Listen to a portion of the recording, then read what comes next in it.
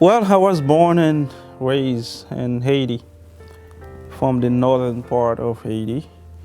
The name of that place is Paul Margot. And I was raised there and attended SDA school. I did my elementary education in SDA school, and I migrated in the United States in 1993. And I graduated high school in 1997, and then I attended university. And my first semester, in fact, was in CUC back then. I was Silver Spring, Maryland, where my brother, Pastor Smith, started his theological studies. I joined him. But my call to ministry came when I was very young, after an experience where I actually was very sick. And my parents tried their very best to bring relief from my condition, but that couldn't happen.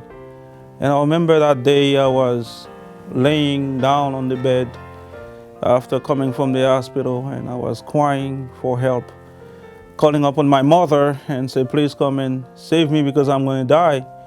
I felt that day that was my last day, and I was about to breathe my last breath.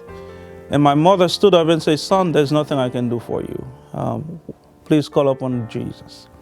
So I learned from a very young age that whatever I have to go through, that I have to call upon Jesus. So I started calling upon Jesus and said, please come and save me. And my voice actually faded. My father, I learned after, thought that I was gone. And my mother noticed that I fell asleep. 30 minutes later, less than 30 minutes later, I woke up and I was completely fine. And I went to my mother and said, Mom, when I grow up, I'm going to be a pastor.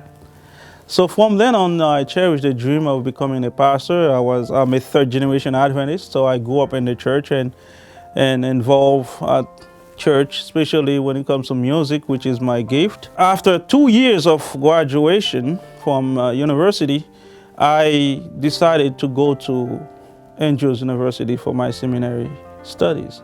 So that's when I went there and studied, and after that, after I graduated in 2009, I moved to Florida, where I started with a church that needed pastoral help.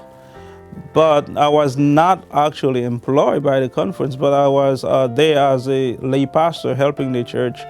And the church grew a little bit from 30 to 80.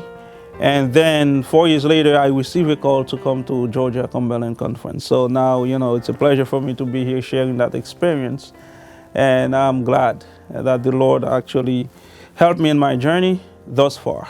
Today, for me, it's grace. It's because of His grace, because I believe that I do not, in fact, deserve that kind of recognition, because it's all about God. It's not about me. What we're doing is way bigger than us, and therefore we have to clothe ourselves with humility. So the smaller we get, the bigger God becomes in our lives, and that will make it possible to be able to accomplish and to fulfill the call that He has given us. So therefore, today is a day of rejoice. It's a rejoicing day. It's a day of celebration. It's also a day of thinking, knowing that this is not the end of it.